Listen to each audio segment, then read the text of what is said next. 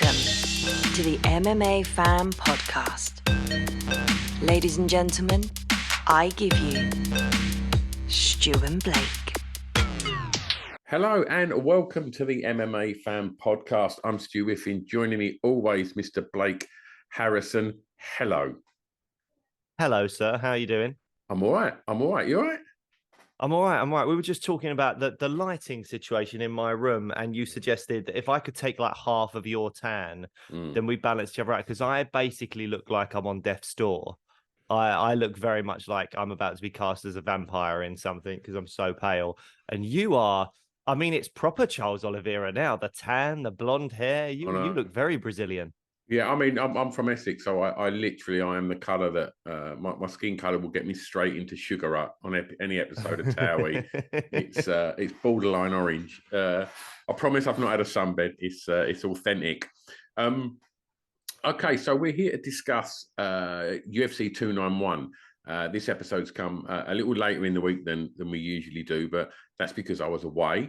Again, Mr. Holiday. Stuart Holiday Whiffin. I've had one holiday, and then I went away to a music festival this weekend. So that was it. But that did mean that I couldn't watch the event, and I couldn't get up on a Sunday morning. So I didn't come home until yesterday, which was Monday, and so I had to try, because you watched it. I presume you didn't stay up. Did you watch it? I did. No, I did the usual thing of waking up early on like Sunday morning at like 6:30 or something like that, and getting downstairs and watching as much as I could before the kids woke up. That was the usual thing. I did the usual way, but I would have hated to be in your shoes, man, trying to avoid the Instagram and the Twitter. Were you able to avoid anything, or it must be impossible these days to avoid the results? It is, and I think it was around lunchtime Sunday. I'll shout out Reese, one of my doormen, sent me a message, just basically, crazy about the head kick knockout, and oh no, and I was like, so that happened.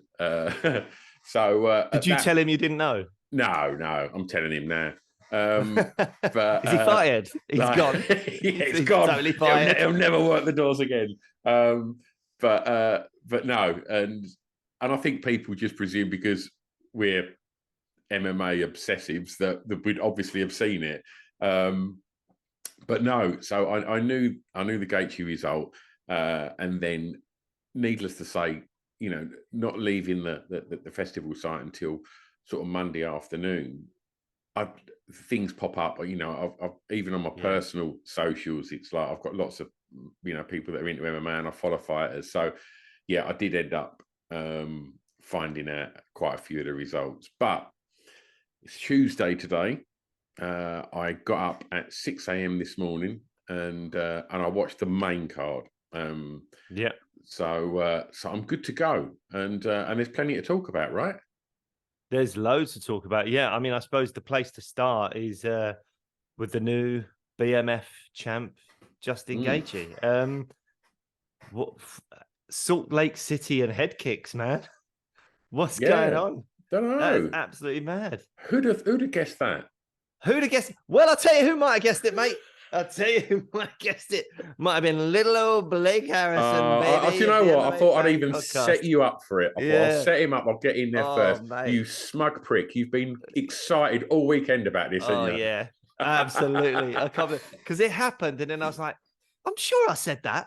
I'm pretty sure I said that. And did I go back and look at our YouTube and see if I did say it? I was like, yep, I did. You tragic man. You went back to verify.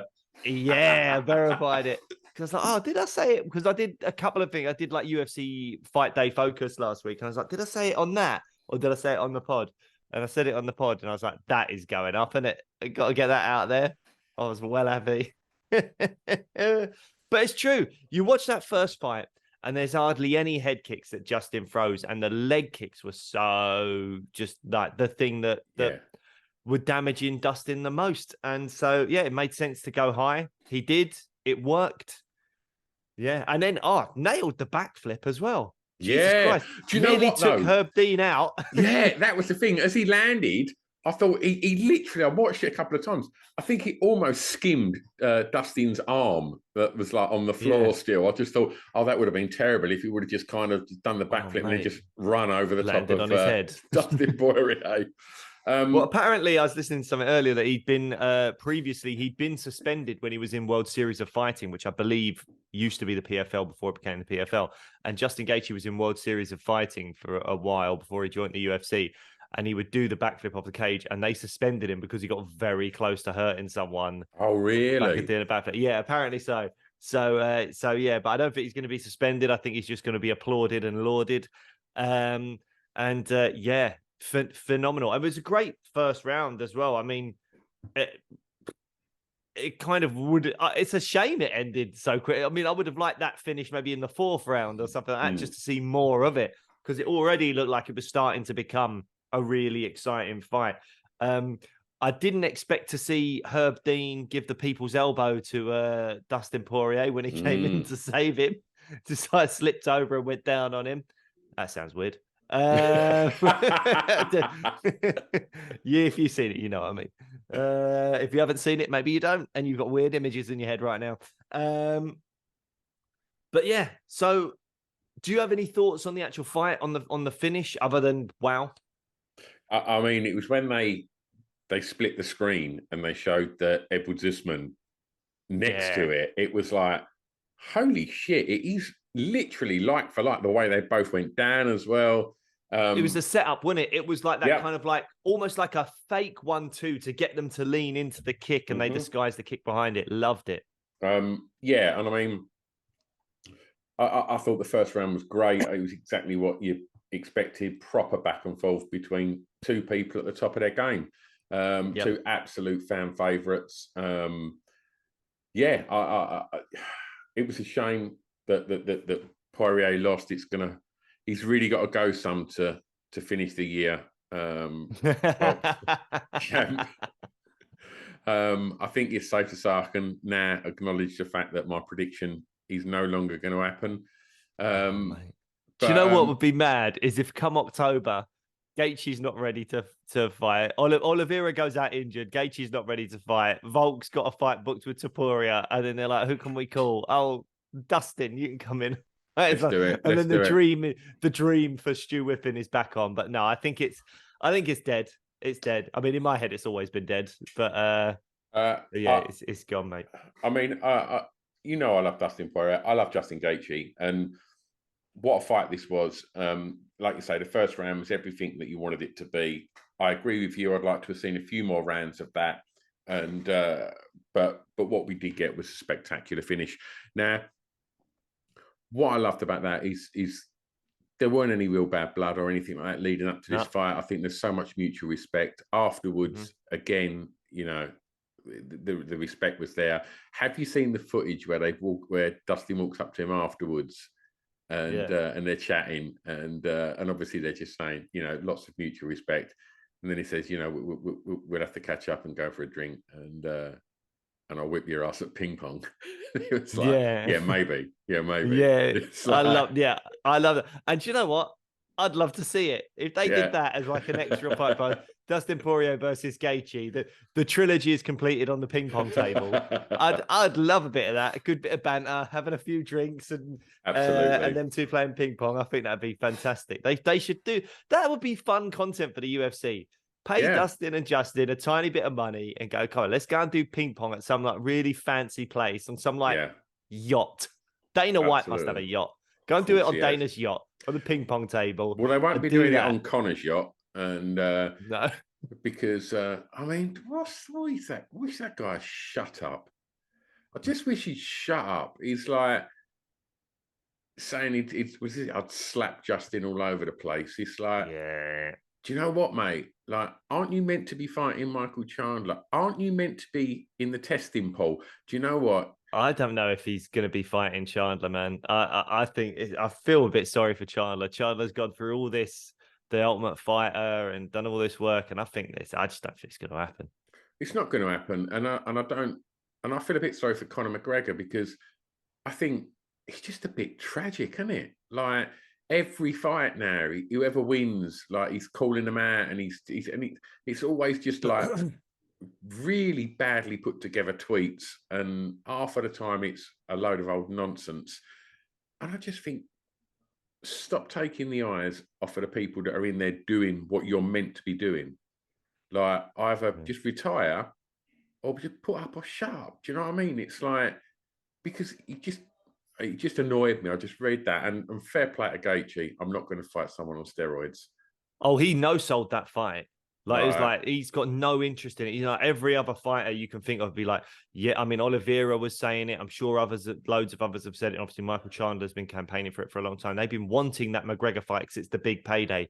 Justin Gaethje was like, no, I don't want to fight someone on steroids, and is clearly way more interested in becoming a champion, proper champion, not just BMF champion, but a proper undisputed champion, than he is in the Conor fight. I think that was great. Just like, and I think maybe more fighters need to do that and just be like, look, I'm not like, yes, it would be good money, but is he ever fighting again? And is he kind of like, I'd rather go for the belt, or I'd rather go for a more attainable big fight.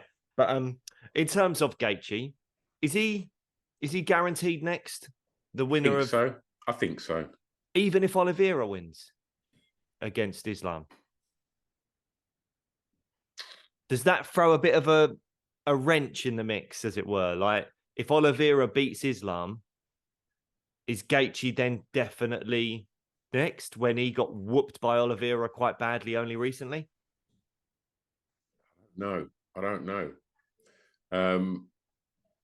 Who else has Justin got to beat to get the shot? No one. Because, but if it's on, but what I'm saying is that quite a hard sell? Like, Justin Gaethje versus Islam Makhachev, but I think that is a bad stylistic matchup for Justin as well. I would favour Islam massively in that fight. But if Islam wins, I think Justin is next, and I think that's guaranteed because it's a fresh matchup. I really am not sure if you make the Justin versus Oliveira fight so quickly, but then you could argue they've made the Oliveira versus Islam fight again very quickly, because there wasn't really any other option. I just wonder if Oliveira beats Islam, can Volk slip in there? I don't know. I don't know. Who knows if they're stuck? I think maybe Dustin Poirier just slips in there, and then shut up. Yeah, I mean, it is. It's a little bit of a bottleneck up there, isn't it? And and it's all unfolded in the recent year, so it does present maybe complications for the UFC in regards to pay-per-views and things like that. Yeah, it'd be nice if they could get some fresh names up in that like kind of around the number one contender spot and stuff. Like, you've got great fighters like Mateus Gamrot, Rafael Fiziev, Arman Sarukian, all kind of champion at the bit to try and get into that number one contenders type fights and stuff like that, and work their way up the rankings. But we've got people squatting on their positions higher up the rankings, whether it be Poirier, Chandler. I mean, Gaethje was great. He at least fought for Zeev. He showed us how it was done. But a lot of them do kind of squat on their spots. Yeah, it is a weird one. But yeah. Okay. In terms of Poirier, he had a lovely little. He came out, even though he lost, faced the media, really classy as always. Nice post-fight speech where he was sort of saying, I'm winning at life. I've got, my family. I've done way better than anyone would have expected me to do, coming from Lafayette, Louisiana, in the areas that he grew up in. He's winning at life. He's already won. I thought it was a really lovely moment where he was talking to the press about that. I think one thing he did say that I'm not quite sure on is he says he's not really here to fight the up-and-coming contenders. He wants fights that excite him. And there's part of me that goes, I get that, because you've sacrificed so much and given so much to this company, and you in a way you've sort of earned that. But equally, you can't just squat on your ranking, man. I kind of feel like maybe there's a situation that needs to happen. And he's only just fought, so I'm not saying that this is what's going to happen with him. But maybe if you're someone in like the top 10 or particularly like top 5, and you haven't booked a fight within a kind of 12-month period of your last fight, and I said it doesn't have to be a fight, booked a fight, 12 to 15 months. So, like if you've fought in December and then by December of next year, you've got a fight booked for March, that's fine. But if you go through to December again the next year and you've got nothing booked, nothing's on the cards, I'm kind of like, maybe you should lose your ranking. Or maybe you should drop down into the bottom of the top 10 and then into the bottom of the top 50 or something. I don't know, but I worry that, like, if Poirier's like, oh, nothing really excites me, he's hoping maybe Nate Diaz comes back after fighting Jake Paul, or he's hoping that Conor comes back and gets rid of Chandler and goes for him again so he can make more money. I'm just like, what? Yeah, I don't know. I don't like the idea of someone being like ranked third in the UFC and not fighting for like 15 months and still being ranked third, fourth in the UFC, especially when you've got all these amazing up and coming contenders coming through. And if he's saying, I don't want to fight the up and coming guys, that's not for me. I've paid my dues enough to not have to worry about that. That's fine. He'll always be Dustin Poirier. He'll always be a big money fight, and he'll always probably be one away from a title shot if he gets a decent win. Pulling him out of the rankings isn't actually going to hurt him that much, but I don't like the idea of someone just squatting on the rankings. I'm saying this, he literally fought the other day, but I'm just going off what he said. And because he said he doesn't want to fight the up-and-coming contenders, I don't know what's there for him. Nate's over in the PFL, or not, he's not in the PFL, but he's boxing Jake Paul for the boxing money. He's not in the PFL, but he's boxing Jake Paul. Conor is fighting Chandler, and I think that's an easier matchup than Poirier for Conor. And that's if that fight even happens, as we've discussed. He's not in the USADA testing pool yet. Who's out there for Dustin Poirier? We've spoken before about him going up to 170, but really, he's not a massive lightweight. He said he had the easiest cut of his career coming down to this one. And there was a picture of him in between like Michael Chiesa and Wonderboy Thompson, and he looked small compared to both of those guys. And you're like, so 170 is not really the weight class for you. So who, if you're not fighting the up and coming guys, who are you going to fight? I don't think he's going to fight anyone. So, yeah.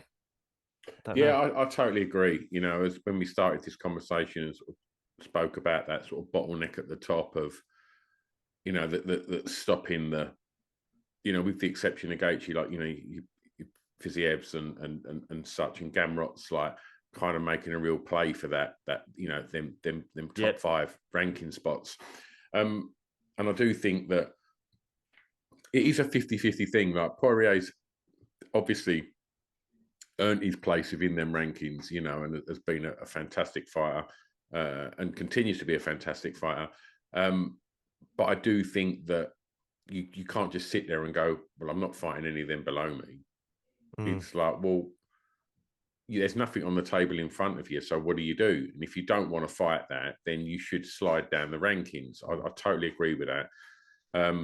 It's an interesting one, and I don't think we're going to see Nate back in the UFC, and I certainly don't think we're ever going to see Conor in the UFC. So, like you say, he's fought this weekend, so maybe he just needs a bit of time to kind of see how the dust settles on the division and see what unfolds in other fights, and then hopefully it present opportunities for him, because he's always exciting to watch. And we're not looking at a fighter that needs to fight. You know, he's got Conor dollars. You know, he's had two big payouts with Conor, so I'm sure he's not struggling with a mortgage. And no, he's good.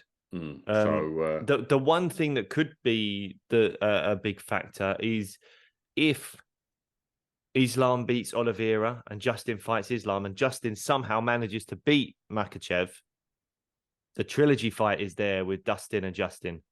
And that is maybe a way for Dustin to get in there. I mean, stranger things have happened. You wouldn't expect someone to get a title shot coming off a loss, but it does happen. It has happened. The UFC have engineered that for their benefit before. And I think we could potentially see that, but who knows? But I mean, just to go back again, what a performance from Justin Gaethje. It was, a head kick kind of out of nowhere, took Dustin by surprise. And now I think that's it. Particularly if Islam wins, I think he's getting the next shot for the undisputed title. And as much as I don't think he'd beat Islam, I would like to see him beat Islam. I think Justin Gaethje is one of those guys that I'd love to see be a champion. I'd love to see the guy that is the most exciting guy in the UFC also be the champ, because it just sets a precedent then that like you can be uber exciting and still achieve the dream of becoming the UFC champion. You don't have to be conservative. You don't have to be, you know, overly defensively sound as much as, you know, it makes sense to be. You can be just the highlight. You can be the overly exciting guy that everyone loves and never has a boring fight and still become the champion because you're that damn good. And I think I want to live in that world, Stu Whiffen. I want to live in that world. Okay. Shall we move on to Jan Pereira? Yeah, and I mean, the first thing that struck me about this fight was the fact that Pereira did not look small. No, massive. I thought he looked bigger than Yan.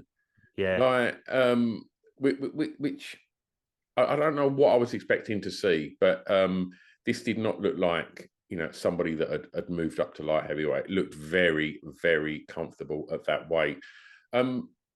We know that Pereira got the decision, you know, on a split.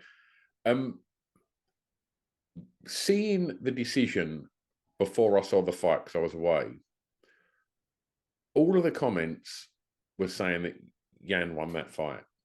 Now, I watched that fight this morning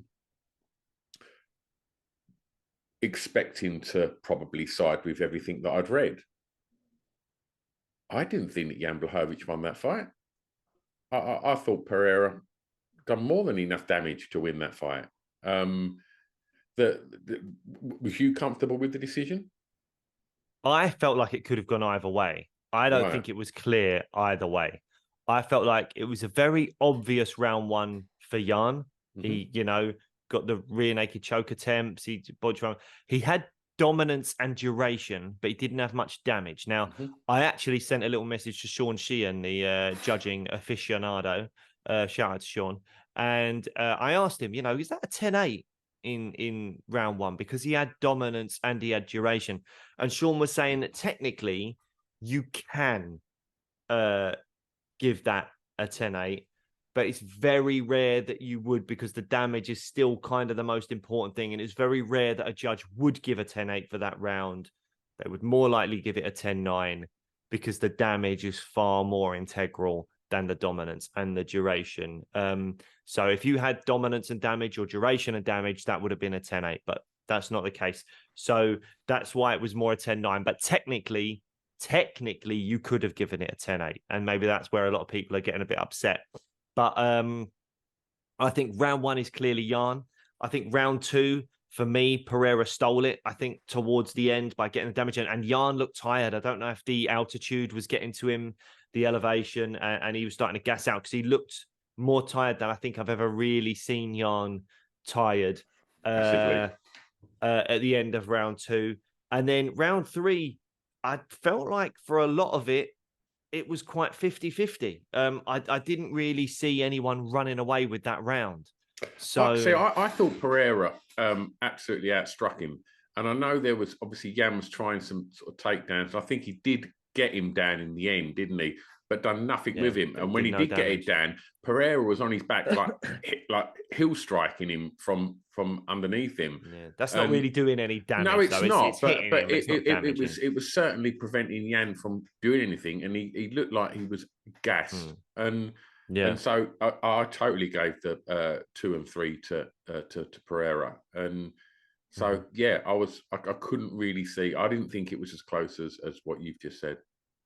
Yeah, no, I mean, again, I haven't watched it as recently as you, but I certainly think I felt like Jan is such a good defensive striker. Maybe I felt like maybe he was blocking a few shots and stuff like that.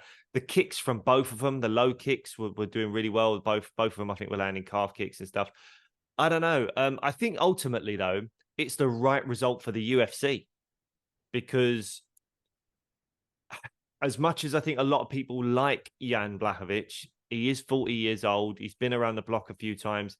he's not, I think, got that kind of excitement and buzz around him that Alex Pereira does. Even though Alex was only recently knocked out by Adesanya, he's got that win over Adesanya. Those two are kind of intrinsically linked now. And because Adesanya is a big star, it sort of boosts Pereira as well.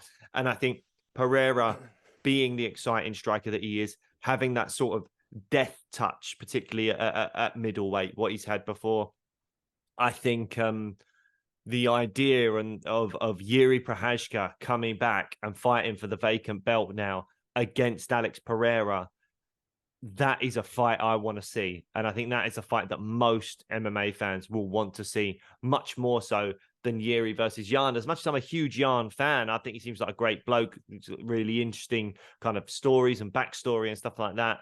The whole, like Hangman's noose thing that he has, that he's made into a bracelet. I think all of that is super interesting. But I just think stylistically, Alex Pereira fighting Yuri Prochazka, that is an absolutely cracking fight. And then the winner of that, hopefully then fighting former guest of the show, Jamal Hill. That again, uber exciting fight. Light heavyweight could get really, really exciting after having this very weird odd time. Where do you factor in Ankalaev into this? I don't know, man. Ankalaev is not the most exciting fighter. But he's very, very, very good. I think Ankalaev, if Ankalaev was fighting any of the guys I just mentioned, Yuri, Jamal, Alex Pereira, I would favor Ankalaev in all of those fights because of his ability to wrestle. And I think he's good defensively as well. But is he exciting? No, not really. We saw that with the Yarn draw. I do think the UFC don't look at him too favorably. And I think the big money fight, the sellable fight at the moment is Alex Pereira versus Yuri Prochazka. That's the fight to make. That's the one that would make the most money and would get the fans the most excited. Maybe Ankalaev, after coming off a draw, has to get one more win. I'm not sure. Where's Yuri in regards to his recovery? I mean, I saw him lifting weights on Instagram this morning. I mean, that doesn't necessarily mean a lot. Is he back? Is he sparring? Is he? I don't know. Where are we at? Because if he's not anywhere near recovered, then count him out of the equation for the time being. I think he's near. I don't know. I haven't kept up enough on the Yuri stuff, but I do think he's near. It's been quite a while now since he's been out. And I think he is near. If he's not, then yeah, that's when Ankalaev maybe gets in. What, against Pereira for the belt? I get, because what else do you do? What else do you do? I mean, again, excitement-wise, it's not really there, and I do think Ankalaev will probably smash Pereira comfortably. Just in terms, I think so. I think it'll just take him down and dominate him. And do you think the UFC will see that as a, oh, for fuck's sake, now we're stuck with Ankalaev, and I wonder if they might. It's not going to make money because, that Yan fight was so boring. Yeah, look, Yuri Prochazka is a star in the making. If Yuri Prochazka doesn't get injured and he wins like a couple more fights, then Jesus, man, that will be something. If he just rematched Glover and won with a spinning elbow knockout, which is very possible, and then he went on and defended the belt against like a Jamal Hill or an upcoming Alex Pereira. Like, this guy's his the way he has the hair, the kind of old school martial arts vibe. He can talk a little bit. He knows his English. Ankalaev, not so much on the mic. He's got the style that everyone's just enthralled by because it's so chaotic. That's a star in the making. That's who you want to be your champion if you're the UFC. Jamal Hill, fun guy, could be good champ. Alex Pereira, there's a story there where you can set up the trilogy with Izzy down the line as well. That makes a lot of sense. Ankalaev, of those four, is the least marketable champion. And that is a problem, I think, for the UFC. So I think they're going to do their absolute best to make Alex Pereira versus Yuri Prochazka. Yeah, and I'm what a fight. Yeah. Okay, so moving on. I mean, there wasn't a lot to look at here, but what we did get was fun and exciting, and that's before he even took his shorts off. Derek Lewis, who'd have had Derek Lewis, Dan, to win in the first round by a flying knee? I mean, obviously he finished it with the ground strikes, but yeah, that flying knee straight out the gate was that was pretty impressive. And having the original BMF in the crowd as well, you know, watching his signature move. Yeah, I didn't even think of that. I mean, Derek Lewis had like the best fight week of anyone there. Like in the lead up to it, he had the whole 6-pack thing. Did you see that? No. Like Derek Lewis joking about like, I've got a 6-pack, and a lot of people were sort of chuckling like as if you have. And then he did. He had like a 6-pack going on, Derek Lewis, which, you know, we'd love to see it. And he put it down to not drinking as much fizzy drinks.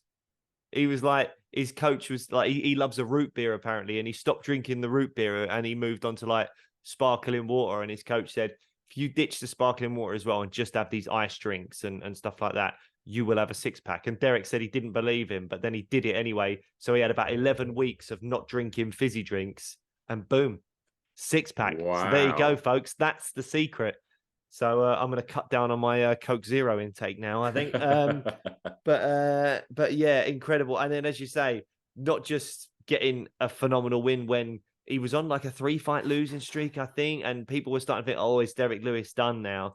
Comes out, smashes the Lima, takes off his shorts, gives it the old, you won't know this because you don't know old school WWF, but the DX cross chop and all that stuff, runs around the cage, throws his gloves into the crowd. I think he also threw his cup into the crowd.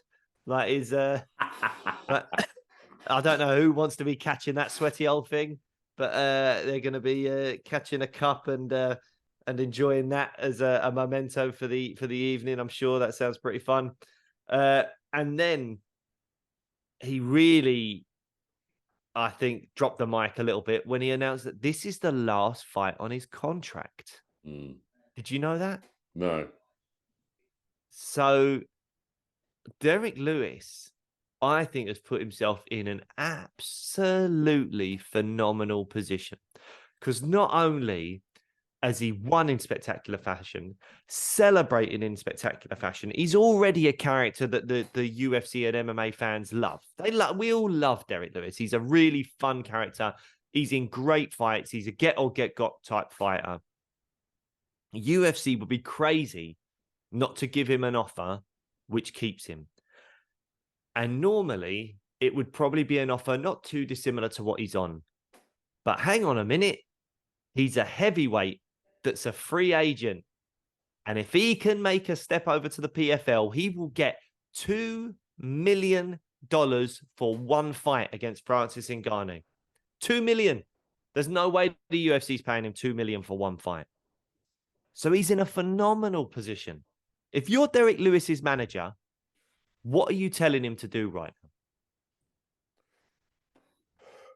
See, as soon as you said about the position he's put himself in, obviously, you know, the PFL is going to come to light, because, you know, that is the fight, isn't it? Like, oh my God, it was a mind-numbingly boring fight, wasn't it? Yeah, but can that happen again? I don't know. I don't think that happens again. And the fact that he has got that win over Francis, you know. Yeah, I mean, if you want to call it a win, sure, but technically on the books, it's a win. And, you know, the PFL are going to be very clever how they market that, you know. The only, you know, the man that beat Francis Ngannou, you know, the UFC heavyweight highlight reel, he's not going to be lean. Do you know what I mean? Derek Lewis has got some highlight reel. He's got some character, you know, whether you're just marketing his balls alone, you know, that's going to sell the fight. But yeah, I mean, when you actually look at it, props to Derek Lewis if he can go over there, because he's never going to, I don't see him at the moment putting a real threat on the UFC heavyweight title challenge. I don't think that's going to happen. I do think, you know, he's had his stab at that. And I think there's too many new and exciting heavyweights that I think will be too much for him. I think your Pavlovich's and your Tom Aspinalls, I think are just too fast and yeah, just too good for Derek Lewis. So why not make your move over to the PFL, bank yourself 2 million, and in theory, put on the fight that you should have put on last time. Give the fight fans what should have been two of the biggest hitters in the heavyweight, in the world of heavyweight mixed martial arts, and deliver it this time. Because Francis is going to make stupid money fighting Fury. Win or lose, it's not going to do anything to Francis's stock as an MMA fighter. To them fight MMA with Derek Lewis, yeah, I think the smart man does that option. If that option is available, and I'm sure the PFL, they're looking for heavyweights, obviously, for Francis Ngannou. Yeah. Who better than, forget it was the most boring fight in history. Who better than the guy that's got a win over him in the UFC? There is no one that is a bigger name than Derek Lewis that is available to the PFL right now. Fabrizio Verdum. No, I know that we all love Verdum and what he did, but no, that's not a fight. Your casual fan from the Francis Ngannou area, he's not going to know who Verdum is, and he's not going to have any kind of. He's not going to resonate to the casuals at all. Derek Lewis, he's the big guy, the funny guy that has knocked a lot of people out, and he's just knocked someone out in 33 seconds with a flying knee. By a country mile, it's the biggest fight the PFL could make. There's not a fighter on the PFL roster that could become PFL champion in their regular season and fight Francis Ngannou and be a bigger draw than Derek Lewis. It's never, ever going to happen. The only thing is, Derek Lewis seems like a guy that likes to be comfortable. And he seems like the kind of guy that sort of doesn't need loads of money or anything. And I wonder if he might just get a way better deal from the UFC than he would have ever got before because of what's going on with the PFL and Francis Ngannou. The UFC, I think, are going to make Derek Lewis a really good deal to prevent him from going over to the PFL. Now, it won't be able to compete with the PFL's deal, but I think it might just kind of play on Derek Lewis's, what I consider to be his kind of, him being a person of comfort. I think he wants to be comfortable, and I don't think he's going to be someone that, unless the UFC don't give him a very good deal, but I think if they give him a decent deal, I think he will stay in the UFC because I think he likes being in the UFC. You don't think? No. I don't know. I'm not saying that's what I'd advise him to do. I'm saying that's what I think he would do. That's Derek Lewis. Now, Derek Lewis will have management, and that management will want their money. And his management are going to look to make him the most money so they get the most money. And so he signs, a 3-fight deal with the UFC for, I don't know, a half of that, even for $1 million, right? Which I don't think he'll get, right? So say he signs a 3-fight deal for $1 million, right? Who's he going to fight in 3 fights? And say he fights, I don't know. No one overly exciting. No one overly exciting. He's just beaten DeLima, right? DeLima is not a name that strikes fear into anybody, really, in the UFC. I think the smart, I think his management will go to PFL, one fight with Francis Ngannou, $2 million. God knows how much money you can make in and around that fight as well. Then you're done. Retire. And you can be as lazy as you want. Why fight for less money in an organization that is much bigger, obviously? But how many eyes are going to be on you in them UFC fights if you're maybe headlining the prelims or you're second on the card, fighting somebody that's a young prospect that's probably going to beat you? I don't know. I think his management, if they're worth their weight, then we'll go, look, hang on a minute. Let's just look at what makes sense here. Well, I hope so. I hope they do it because I want to see Derek Lewis get a big payday like that. I think he's been so entertaining. I think he deserves it. And I'd want to see that fight. I don't think we'll get a repeat of last time. I think they'll both not necessarily go. I think they're still going to be tentative because they both have such great knockout power. But I do think that fight is way more compelling to me than Francis Ngannou fighting anyone anyone else the PFL can get. Way more compelling than Francis versus Tyson Fury in a boxing match like that. I couldn't care less about. Francis Ngannou versus Derek Lewis in the fight that we should have got the first time around. That's compelling. That is something I would maybe pay money for. Yeah, I don't know. I'm just thinking of other fighters that you might get a fun sort of rematch out of. I don't know if there's any. I mean, Tuivasa's coming off of a 2-fight. He's got Volkov, and he coming up. Yeah, I don't know. I don't think. I'm just looking at Derek's losses: Spivak, Pavlovich. He's never fought Cyril Jairzinho Gane. Rosenstrike. I mean, but again, it's not like a big name that's really exciting. And then like you've got Almeida versus Blades coming up. If the loser of that fight, he could fight, but again, he won't. That's not exciting. They'll just take him down. I mean, obviously he knocked out Curtis Blades, didn't he? And so I don't suppose he wants to rematch Blades. He's already got that win over him. Why would he bother? Do you want to watch Derek Lewis, Curtis Blades? I'm not good, really.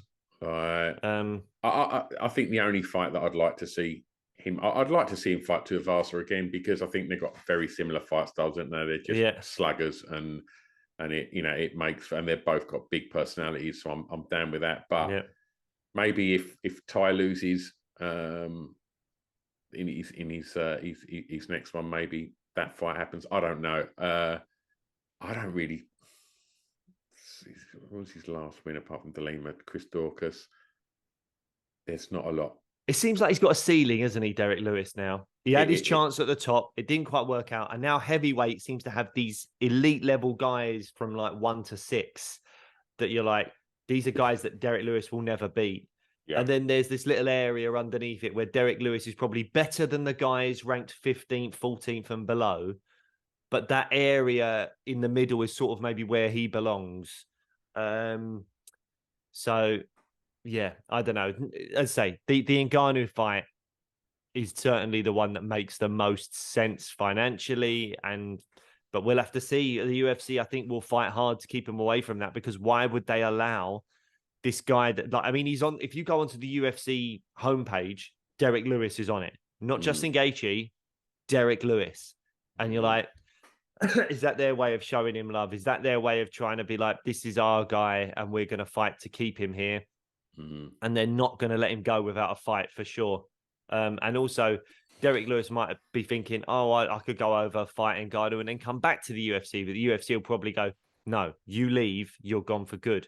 And then Derek Lewis might go, well, I quite like fighting in the UFC. So maybe that's a problem. I don't know. We'll have to wait and see. But really great week, I think, for Derek Lewis. He's got a lot of options now, which I think is really good for him. Someone that I think the options have run out for is Tony Ferguson. I mean, what did you think of Ferguson versus Green?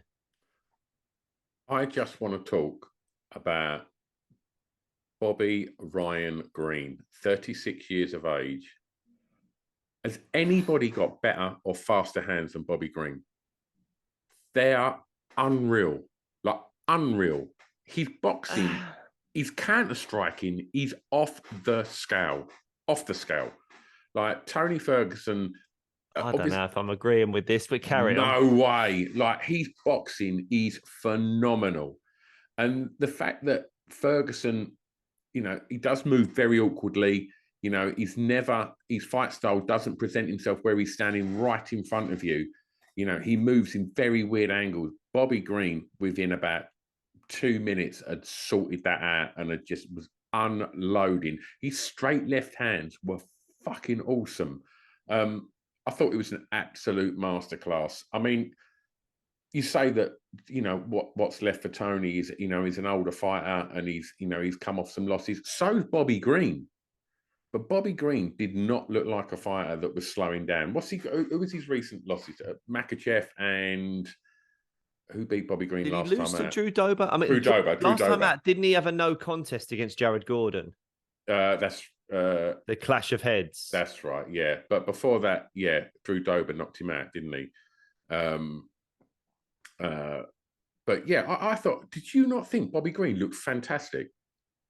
To be honest, mate, what I was thinking was he was fighting an old man. How old's That Tony Ferguson? Yeah, I don't care about his age. I'm talking fight years. This guy, he's gone. Tony's gone. Tony is not Tony anymore. And I don't think I can watch Tony fight anyone now and give a load of credit to the person he's fighting, because I just don't think Tony's got it anymore. And I just felt like, particularly in that third round, I've got it here in my notes. I'm just watching an old man get beat up. That's all it is. And I don't want to be disrespectful to Green, but I can't give Green that much credit because I just don't. Ridiculous. Yeah, but was it his hand speed or is Tony just slow now? You put him in there against Dustin Poirier, and you see who the best boxer in the lightweight division is, maybe. And I think Dustin Poirier would piece him up. I disagree. I disagree. This is, now that the Dustin Poirier thing's gone, now your figures Bobby Green is the best boxer in the UFC. No, I'm just like, oh my God. I think if we're talking straight up boxing, I think he'd more than hold his own against Dustin Poirier. I think honestly, I thought his counter striking I thought was off the scale. I don't see it. I was just fixating on the fact that Tony looked bad. He looked all right to begin with. He was made to look bad. Got a little knockdown. Bobby Green made him look bad. No, Tony looks bad because Tony is not the fighter he was. Tony's on a 6-fight losing streak.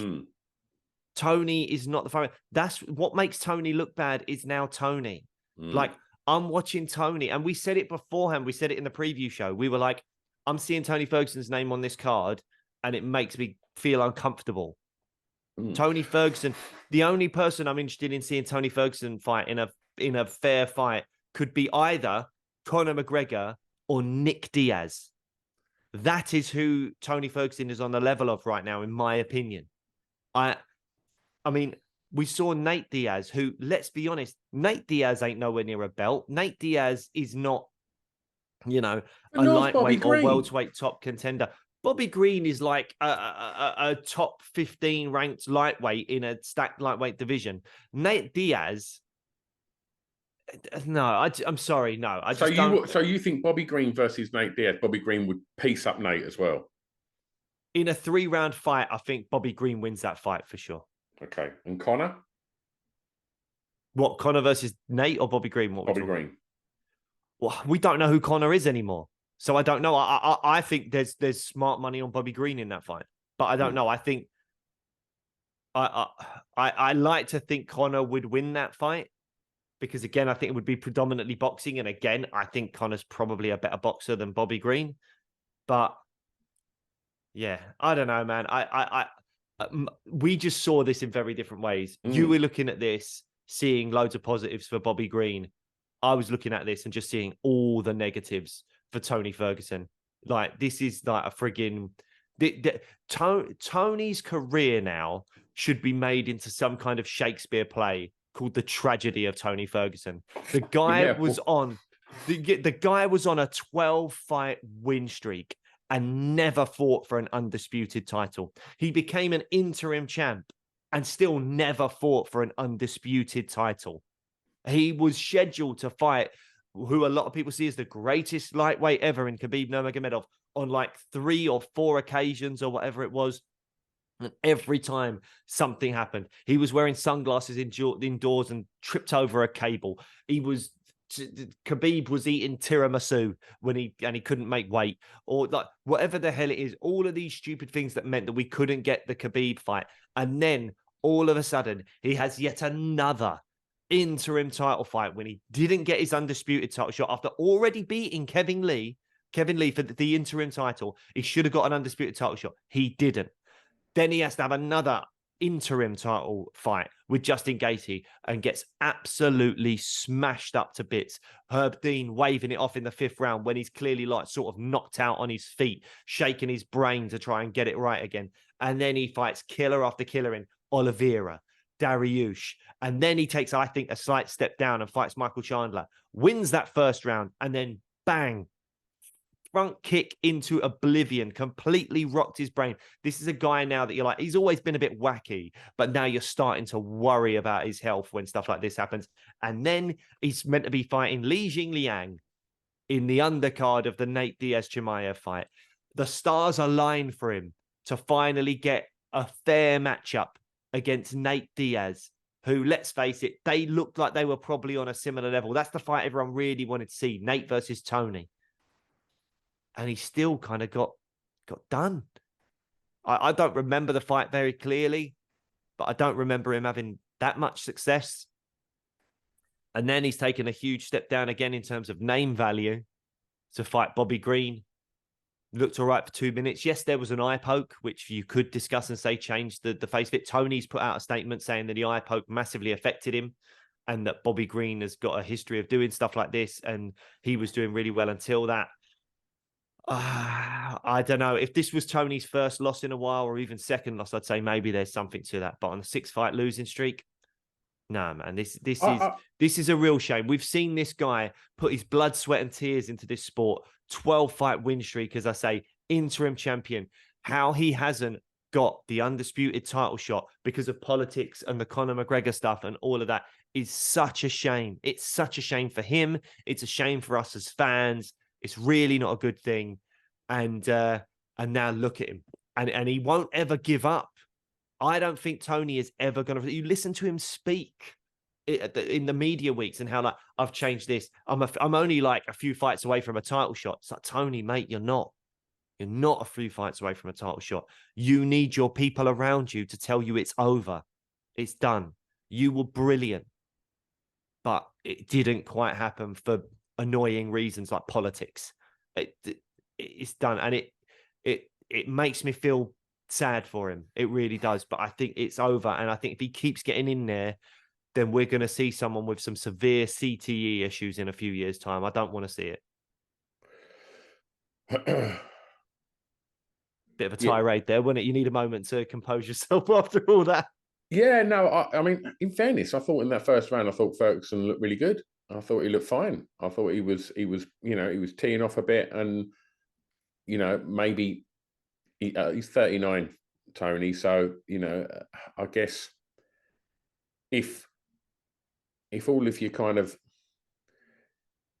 body's starting to slow down a little bit, and it was clear that Bobby Green's timing and accuracy and speed hadn't slowed down, and it was and maybe that's why he looked that much crisper, because Tony wasn't quite on point. But as you say, in that 1st round against Chandler, Tony looked great and probably won that round. And I think, I'm not going to put too much into that eye poke, but yeah, I don't know what's left for Tony Ferguson if you're not beating people like Bobby Green that are ranked where they're ranked. Then all you're going to end up doing is loitering around, killers that are just going to want to make a name for themselves by having Tony Ferguson on their CV. And that's not a particularly happy future for any fight fan, and certainly not for Tony Ferguson. So I don't know, maybe the UFC talk to him and find out, as it seems, he's the last person that's going to go, yeah, I'm done, because he seems, like you say in any interviews, he's just seen there's an element of not delusion, but I guess maybe delusion, I don't know, like super confidence that, he's making changes and they're going to really affect his performances. But yeah, I don't know if I don't particularly want to see him fight anymore. We said this on the pre-show.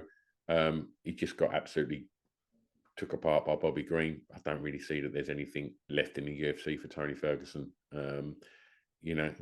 I'd like to think he's a future Hall of Famer. For sure, he should be. He's done more than enough.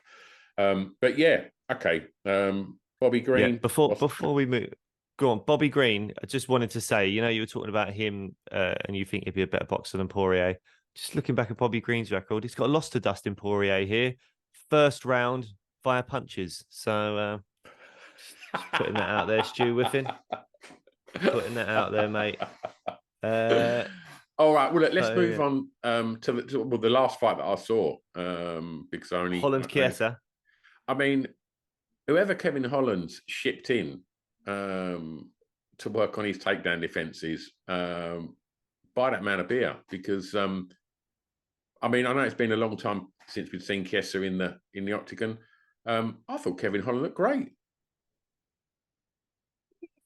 So we're gonna go. This is weird. I'm like Mr. Negativity, and you're like Mr. Positivity today. I thought Kevin Holland looked good. Oh, are you going to start terrible. banging on about time for Chiesa to hang up his gloves? This is going to be the fucking MMA retirement show. No, I'm not saying he needs to hang up his gloves or anything like that. Like, he does whatever he does. I don't feel as strongly about Chiesa as I do about Ferguson.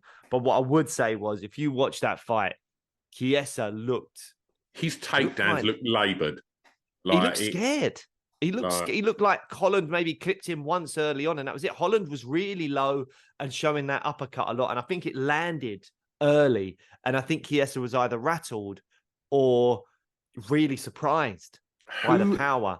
Who would ever have had Kevin Holland to beat Michael Chiesa by submission? I know. That was a good one for your bingo card. Yeah,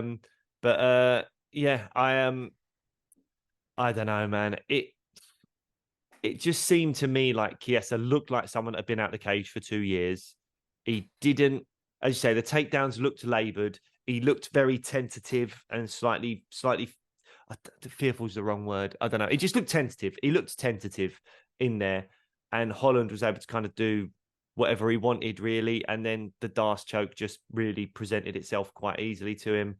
I don't know what the future holds for Michael Chiesa. I think he's a great pundit. He's a great analyst. Yeah, he's good on there. I like that. I just don't know. He did take his gloves off. Did he? Oh, did he? But I don't think he put them down in the cage. I'm sure I've read that he said, it was a bit of a bad show and a bad performance, and he'll be back. I'm sure. Yeah. I'm sure he said that. I'd like to see him back, and I'd like to see him back soon.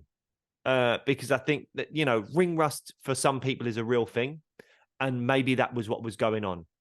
But Holland looked great, but he didn't beat a proper Michael Chiesa. He beat a weird 2 years off, very tentative Michael Chiesa. I don't know what was going on there. So I'm not as high on Kevin Holland because of that. I feel like the competition wasn't quite there, and I don't feel like it was just Holland made him look that way. I think you watch that fight and you go, Chiesa looks weird, man. He doesn't look... Yeah, he just... That wasn't a normal Michael Chiesa in there, in my opinion. No, he looked too well groomed. He should have that sort of longer hair and wild beard. Yes, that's where his power is. That's where the power is, man. But a good win for Holland, and he can now go and carry on up the rankings and do whatever he wants there. He's talking about going back up to middleweight as well, which I think is a bad move. I think welterweight's his weight class, but we'll see. Other than that, on the prelims, there's not a huge amount to talk about. There was some really good performances. Gabriel Bonfim won by guillotine choke. Now 15-0 is looking really good. Bonfim brothers have come in and looked great. Obviously, Ismail Bonfim lost to Saint Denis in his last outing. But Gabriel Bonfim's looking phenomenal. 15-0 now. Called out Neil Magny, I believe. I don't know if he gets that fight so soon, but who knows? And then Derek Flowers. Neil Magny. Fuck. I know, he just gets called out left, right, centre. Like everyone on a tear, it's like... What have I done? What's wrong? Seems like a really nice geezer, Neil Magny. He's a lovely guy. Really nice guy. Does really well. Winningest welterweight ever now, ever as he surpassed GSP. Yeah, poor old Neil Magny. Everyone seems to want to fight him, and he's not done anything to anyone. Just wants to go through Neil Magny. He can probably call it. He should probably start every card. Anytime there's a welterweight contender on a half-decent run, he probably should just be like, before they do their post-fight speech, he should do like an Instagram live. You're like, here we go. Here's here we go. How many seconds into this post-fight interview before my name's 5, mentioned? 4, 3, And there it 2. Well, is. there we go. There we go. Poor old Neil Magny. But yeah, Gabriel Bonfim looks great. Derek Flowers versus Jake Matthews was a slightly odd fight because there was a moment in round 1 where Matthews landed a big shot and Derek Flowers was like really wobbly. And then as Jake Matthews sort of went in for a finish, he was really playing possum, like did a strike back and was then like wagging his finger at him. It was quite fun. I enjoyed that. And then there was a kick from Matthews, which was called as a low blow, but the commentators were really adamant in saying it wasn't because the ball of the foot was into the stomach, but the heel of the foot maybe did catch the cup. I don't know. It was a weird one. It did look like it was more of a shot to the belly than the groin. And Flowers took a long time to recover from it. And you kind of think, well, should that not have been a TKO maybe? But I don't know. In the end, Matthews won anyway by rear naked choke in the second round. And then we had a couple of other fights in there, but one that stuck out for me was Kopilov, Ribeiro. Kopilov with, I would say, arguably a better head kick than Justin Gaethje's head kick. It was a phenomenal head kick that just out of nowhere just absolutely sparked Ribeiro. If you haven't watched that, go and quickly watch that. You know, I think it's a round 2 finish. It's kind of a funnish fight up until that point as well. But I'd say that head kick technically looked sweeter than Justin's. Obviously, just didn't have as much on the line. But overall, a really good card. There's Absolutely. 2 really good pay-per-view events on the bounce. I think UFC are doing things. Absolutely. Performance of the nights, 50 grand to Gaethje, 50 grand to Derek Lewis, 50 grand to Bobby Green, and 50 grand to Kevin Holland. Obviously, we haven't touched on the fact that we didn't get to see Wonderboy versus Pierre. Pierre missed weight. I mean, I know that we've been chatting about it on our little WhatsApp group. Wouldn't it be nice if, whilst Wonderboy is looking for a fight, maybe MVP signs with the UFC and we get that fight? Yeah. Who knows? I heard something from someone on another podcast saying that they're both mates, so they wouldn't fight each other. So that would be very upsetting. For God's sake. I know. I'm the bearer of bad news today, aren't I? You really are. But do you know what's worse about that situation, though? Have you heard Wonderboy hasn't been given his show money? Why? Because apparently, contractually, making weight isn't your show. You fight. That's your show money. You fight. Rough. And Wonderboy obviously technically could have fought, but and rightfully so. You look at his statement, he says the right thing. I'm 40 years old. I've only got so long left. Losing to a guy that's missed weight will do my career no favors. It's happened to me before. He was talking about Darren Till fight, where Till missed weight by quite a substantial amount. And then won, in some people's eyes, a very dubious decision. Wonderboy's left being like having to then fight backwards and all that kind of stuff. So I understand why Wonderboy didn't take that fight. But will the UFC punish him now? It looks like they haven't given him his show money yet. Hopefully they do. Apparently Dana White's on vacation and like it's something that would go through Dana. I can understand from the UFC's perspective that they might say, well, if we give everyone their show money just for making weight, then there's lots of people that will pull out of fights, or there's lots of people that if a fighter doesn't make weight, they won't do the thing of taking the fight. But it seems to me like making weight is such a big thing and such a big sacrifice for your body and everything. I think they deserve their show money from making weight. I don't know. We'll have to see where this goes, but it certainly feels very, very harsh that Wonderboy made weight, was there to go, and Michel Pereira didn't make the weight, and he said, no, I don't want to fight him because he hasn't made the appropriate weight class, and that's legitimate. But now he doesn't get his show money for it, which feels very, very harsh. So we'll have to wait and see what happens there, and I hope Wonderboy gets his show money. Absolutely. Before we wrap up this episode, we should just give you a little bit of news, really, that we've touched on it already, but we recorded with Bruce Buffer. We got to sit in the studio and film a great interview that will be coming out very, very soon. You'll be able to listen to it as a normal podcast, or you can head over to our YouTube channel and watch that chat. Won't say who it is yet because we don't want to curse it, but we're heading off to the O2 tomorrow to record another interview with a real legend of the UK MMA scene, and I'm really looking forward to doing that in person as well. So we'll give you more news on that as it comes. And yeah, I think we're going to try and catch up with Oban Elliott at some point soon, who's going to be fighting in Dana White's Contender Series very soon. And I think George If you haven't Hardwick's listened to fighting it, very soon, isn't he? Yes, we had George on a little while ago, and we were talking about his upcoming fight on the Contender Series. So go, if you haven't listened to that yet, go and check that out before. Hopefully, fingers crossed, George Hardwick is signed to the UFC.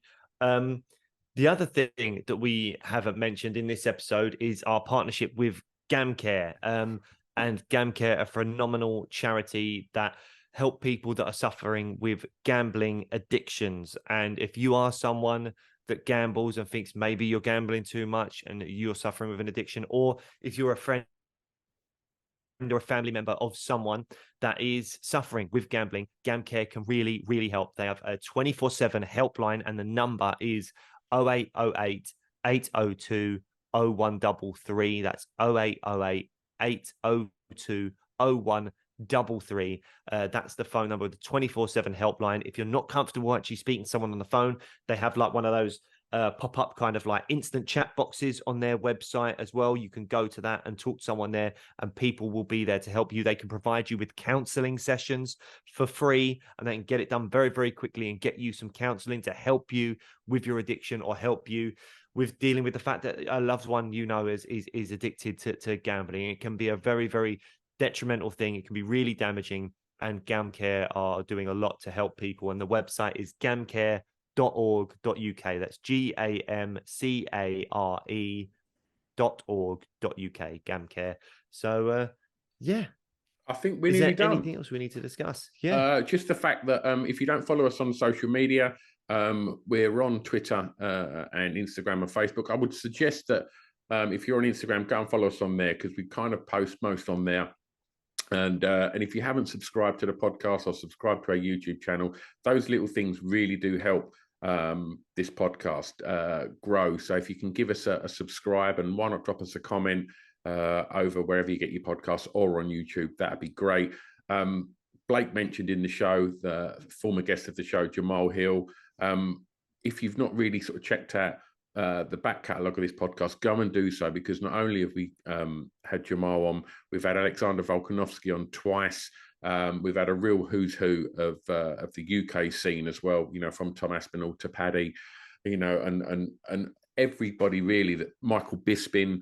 And also we've had Tyron Woodley on. I'm trying to think what else we've had from overseas. Angela Hill, Derek Brunson. Yeah, we've had a lot of, my mind's going blank now, but obviously from the UK we've had Arnold Allen, we've had Paul Craig.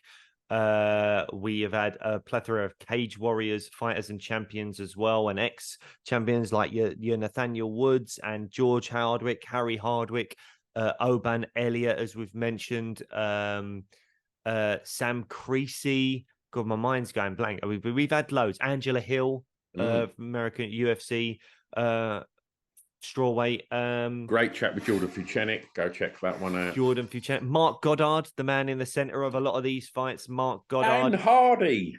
Dan Bloomin' Hardy. And his Veronica wife. Hardy. Yes. So Dan and Veronica Hardy have been on the show. So yeah, please go and check those out. Because again, the first time we have guests on, we really delve deep into their upbringing, their journeys as fighters. And I think that can be really interesting stuff. If you're someone that is interested in getting into MMA, these people's stories could be really inspiring for you. And if you're someone that just loves the sport, then for sure you can gain something from listening to Corey Sandhagen, who's fighting this week. Yes. Corey Sandhagen is fighting this week against Rob Font. Corey Sandhagen was a phenomenal guest. I loved chatting to Corey Sandhagen, one of my favorite fighters. He's been on the show as well. That's going to be a great fight. Talk about good boxers. Rob Font is a phenomenal boxer. Yeah, not as good as Bobby Green. Right.